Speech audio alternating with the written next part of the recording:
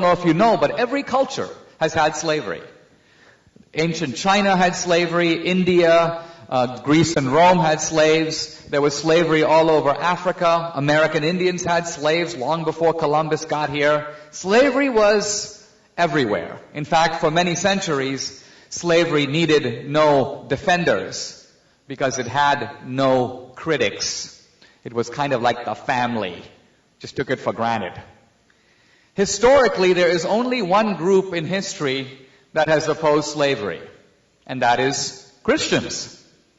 That seems like a startling fact, but it is a fact. Well, it's a fact I need to qualify slightly. Historically, there has always been one other group that has opposed slavery, and that group, of course, is called slaves. So yes, in every culture you have had runaways and slave revolts. But that's not what I mean. Abraham Lincoln once said, "As I would not be a slave, so I would not be a master."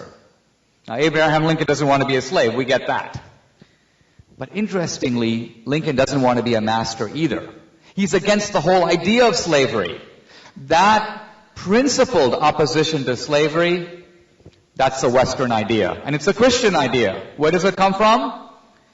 The Bible says that we are created equal in the eyes of God. And for many centuries, people thought that that was like a spiritual truth. It only applied to like the next world. In heaven, we're all equal. But then groups of Christians, the Quakers, the evangelical Christians, say, wait a minute. If we're really created equal in the eyes of God, then no man has the right to rule another man without consent. And this idea, very important idea, is not only the basis of anti-slavery, it's also the basis of democracy, right? Because what is democracy based on? No man, no person has the right to rule another without consent. So, what am I doing here? What I'm doing here is I'm trying to say that many times people try to say we're a Christian society because our founders were all devoutly Christian. Not entirely true.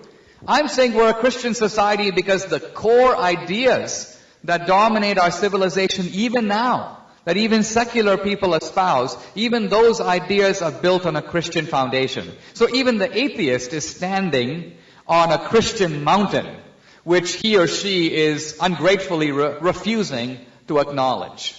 So our civilization, our world would be totally different if it wasn't for Christianity.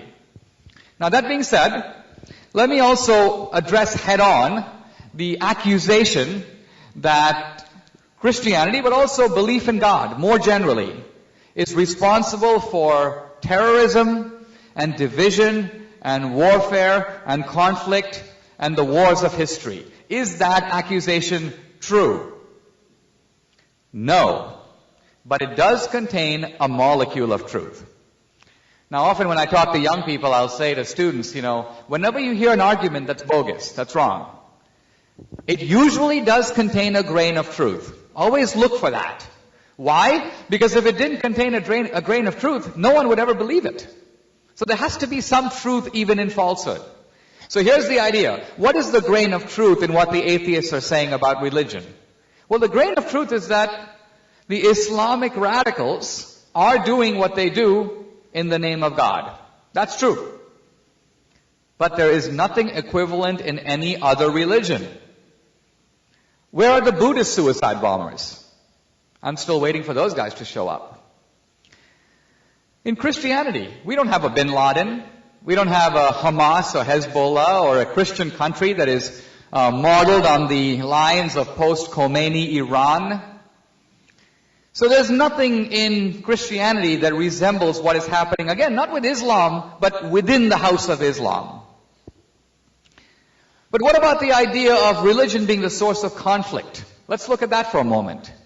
And I ask you, why are the Israelis fighting the Palestinians? Are they fighting about God? No. They are actually fighting about land.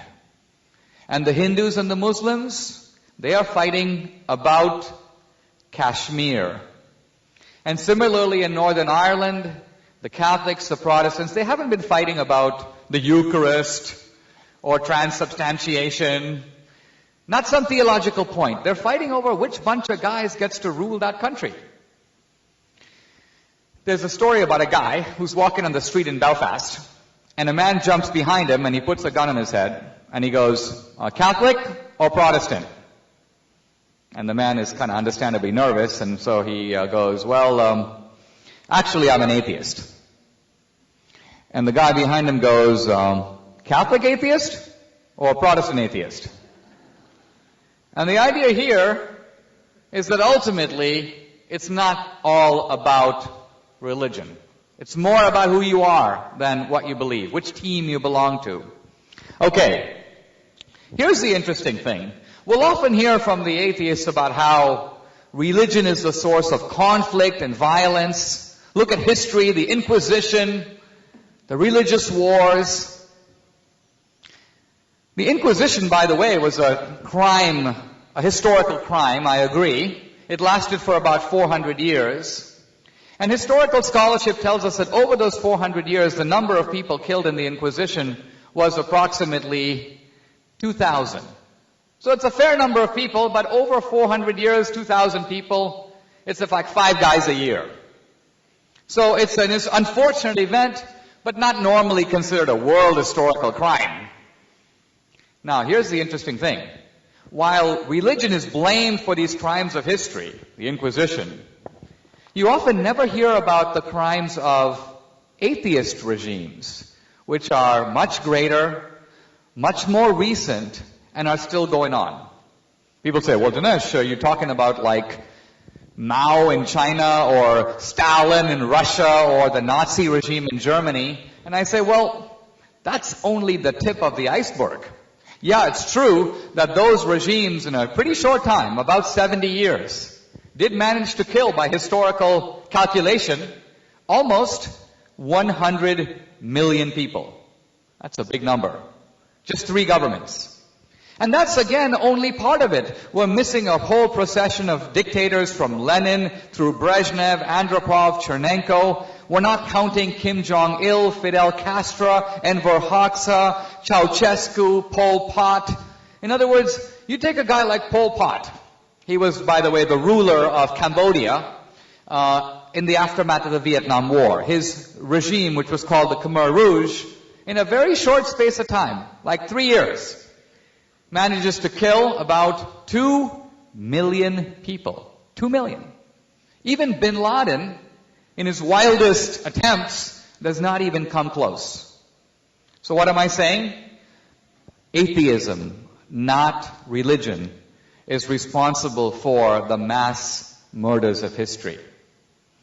Now, what have I been doing here this afternoon? What I've been doing here is something that is loosely called Christian apologetics. Kind of a weird term. Apologetics doesn't mean apology. It means giving a reasonable defense of the things that you believe in.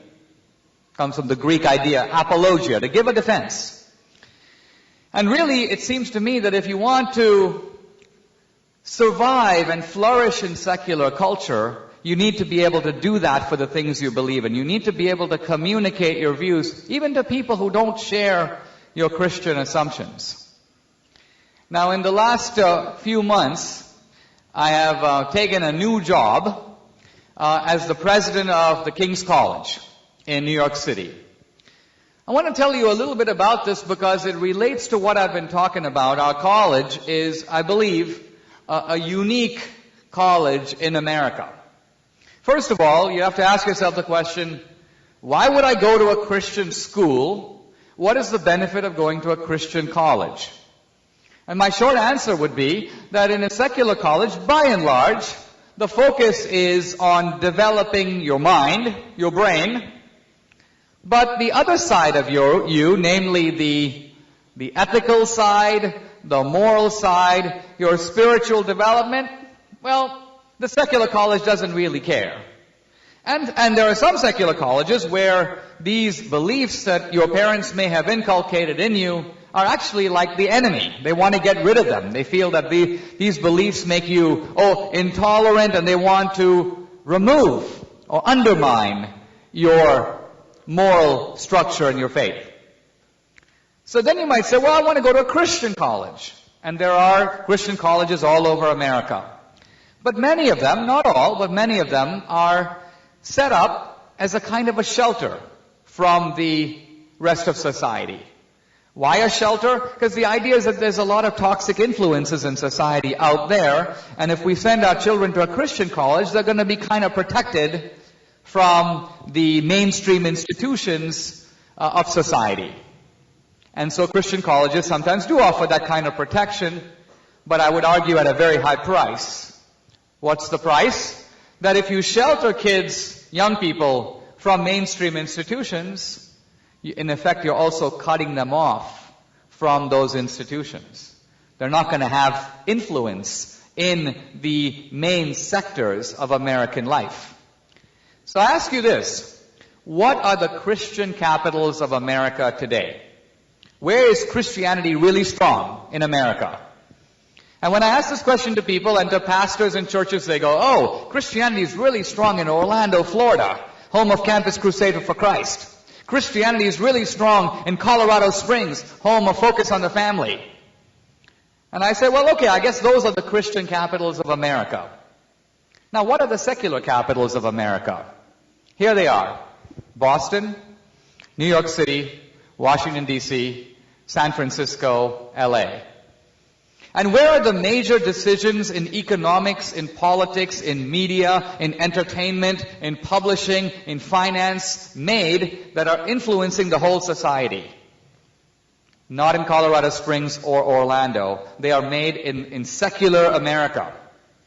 And therefore, the guys who started the King's College, and were a little bit of a new college, we're 10 years old, decided, what about if we have a Christian college, but not in the middle of nowhere? What about if we have it in the middle of the secular city? In fact, our classrooms are in the Empire State Building. What if you have a college in the middle of New York City, which is the publishing capital and the intellectual capital and the financial capital and the media capital of the world? And what if we train young people not just to be pastors or to go into ministry, some do, but to go to Goldman Sachs and Merrill Lynch and Capitol Hill and Hollywood, and to go to CBS News and Shanghai and Mumbai. In other words, what if we prepare young Christians to be fully involved in the mainstream institutions that are shaping our society? So that's our mission at the King's College. It is ultimately to produce, well, I want to call it very dangerous Christians. What do I mean by that? If you're a Christian in secular culture, and your best weapons when someone comes up to you and says, why do you believe this? Or how can you possibly think that? If your best weapon is to pepper them with Bible quotes, they expect that. They're waiting for that. They're ready to laugh at that. That is the strategy that they expect. On the other hand, if you come at them with history and philosophy and science and reason and logic, and you're able to meet them and defeat their ideas on their own ground, they're like, wow. They're shocked. They don't expect that. That makes you a powerful voice in the culture, not only in where you work, but also in the society more generally. So I want to invite you as students to think about these ideas wherever you go to college. We'd love you to consider our college. If you want to know more about it, I'm happy to answer any questions you have. If you want to look us up, we're on the web. Our website is really simple, tkc.edu. So TKC, the King's College.edu. But I would also invite you to come to New York and take a look at it. Ultimately, what I'm saying is we're facing, in a way, a unique situation in our culture in which we can no longer take Christianity for granted. We actually have to be, you might say, God's instruments in the world, defending our beliefs in a confident way. That's why I'm excited to be at King's. That's why I love taking on these new atheists. I like the idea of challenging them at their own game, and questioning their assumptions on their own terms. Ultimately, that's how it seems to me you can become an effective Christian, a dangerous Christian, a Christian for the 21st century. Thank you very much. Thank you.